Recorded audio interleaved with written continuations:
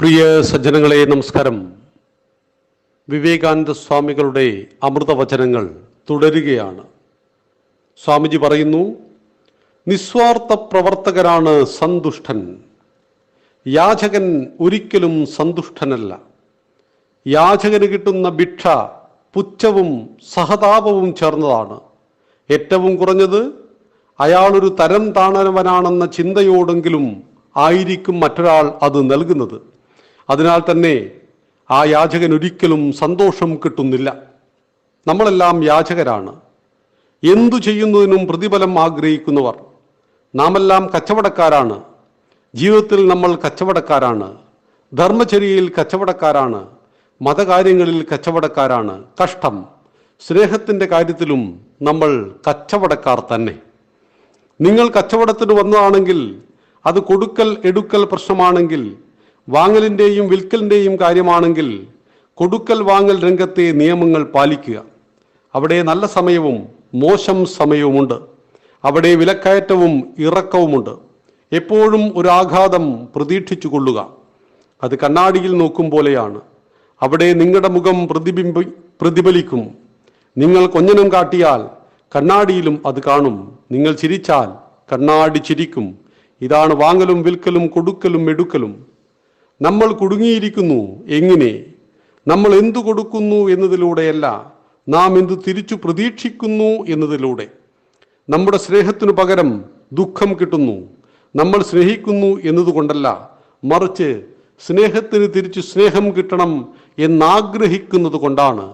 ആഗ്രഹമില്ലെങ്കിൽ ദുഃഖമില്ല. അഭിലാഷം ആഗ്രഹമാണ് എല്ലാ ദുഃഖത്തിൻ്റെയും ജനയിതാവ്. അഭിലാഷങ്ങൾ വിജയപരാജയങ്ങളിൽ അനുബന്ധിതമാണ്. അഭിലാഷങ്ങൾ ദുഃഖം കൊണ്ടുവരും. സ്വാമിജിയുടെ പ്രശസ്തമായ വാക്കുകൾ. സ്വാമിജി പറയുകയാണ്, നമ്മൾ സ്നേഹം ആഗ്രഹിക്കുന്നു, അതുകൊണ്ട് തന്നെ സ്നേഹം കൊടുക്കുന്നു. സ്നേഹം കൊടുത്താൽ ദുഃഖം കിട്ടിയാൽ അത് നമുക്ക് അംഗീകരിക്കുവാൻ കഴിയുന്നില്ല. കാരണം സ്നേഹം കൊടുത്താൽ സ്നേഹം തിരിച്ചു കിട്ടണമെന്ന ഒരു വാശി നമ്മുടെ ഉള്ളിൽ ഉള്ളത് കൊണ്ടാണ്.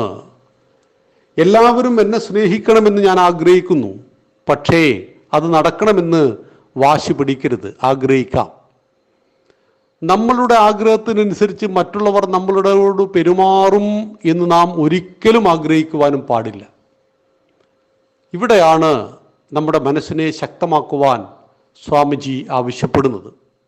ജീവിതമെന്ന യാഥാർത്ഥ്യത്തെക്കുറിച്ച് മനസ്സിലാക്കുവാനുള്ള ഉപദേശമാണ് ഇതിലെ ഓരോ വരികളും. ഇവിടെയാണ് നമ്മൾ കച്ചവടക്കാരാണ് എന്ന് നമ്മെ അഭിസംബോധനം ചെയ്തിരിക്കുന്നത്. കൊടുക്കൽ വാങ്ങൽ. ഞാൻ എൻ്റെ ഭാര്യയെ സ്നേഹിക്കുന്നു, കാരണം അവൾ എൻ്റെ വ്യക്തിപരമായ എൻ്റെ സുഖദുഃഖങ്ങളിൽ പങ്കാളിയാണ് എന്നതുകൊണ്ട്.